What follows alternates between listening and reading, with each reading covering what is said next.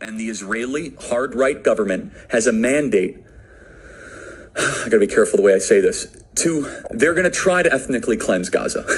Yep. I mean, I don't use that term lightly, okay? They're talking about basically removing 2.5 million people from there, okay? And honestly, they have a mandate to go seek justice and revenge. They do. This idea that they need to have a truce or a peace treaty, that's morally crap after you see women and children be burned alive and dragged to the streets. But there are some serious questions here, Patrick. And let me tell you, my pattern recognition over the last 5 years has become pretty sharp. COVID, Maui fires, Epstein.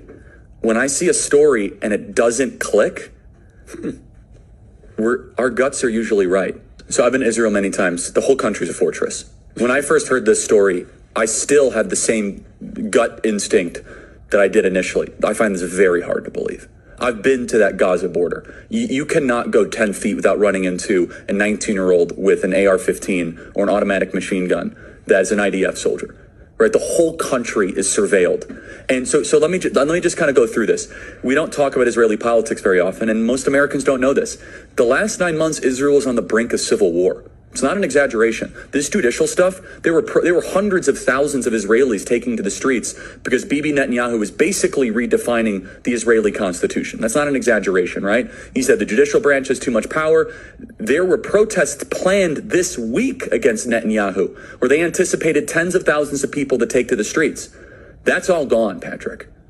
Netanyahu now has an emergency government and a mandate to lead. I'm not willing to go so far that saying that Netanyahu knew or there was intelligence here. But I think some questions need to be asked. Was there a stand down order? Was there a stand down order?